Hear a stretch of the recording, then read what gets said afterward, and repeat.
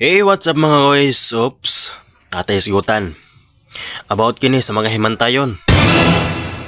Sigutan na rin, no? Upaminaw ka mo. Kaya nung namagiubang tao nga kusog manghimantay sa uban nga tao. Nga nung naay uban nga tao nga kusog musaway sa imuha. Nga kusog musaway kung asa ka maabot ug bisan asa ka maabot nga lugar. O ginasaway ang imong ginabuhat. Ana ba?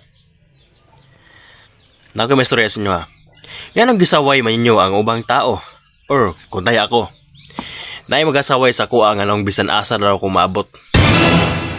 Bisan asa kung lang lugar maabot. Tuman mo ulahay mo wala pod, another na pod, ulahay na pod nga lugar atuan. Unya yan magbuot man ka.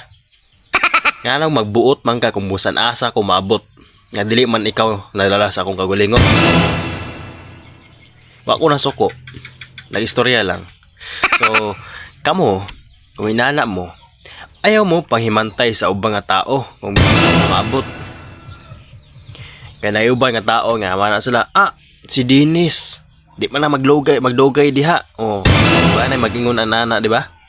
Pero, ako, mupili man ko kanang kuan, kanang usay maangayan ako. Kung di ko kaangay, bali na pod. Di ba? Pero busa ka mo, ayaw mo panghimantay. At imana yung kagulingon. Di ba? Nana ba? Yan ang pag tinara mo sa inyong kinabuhi.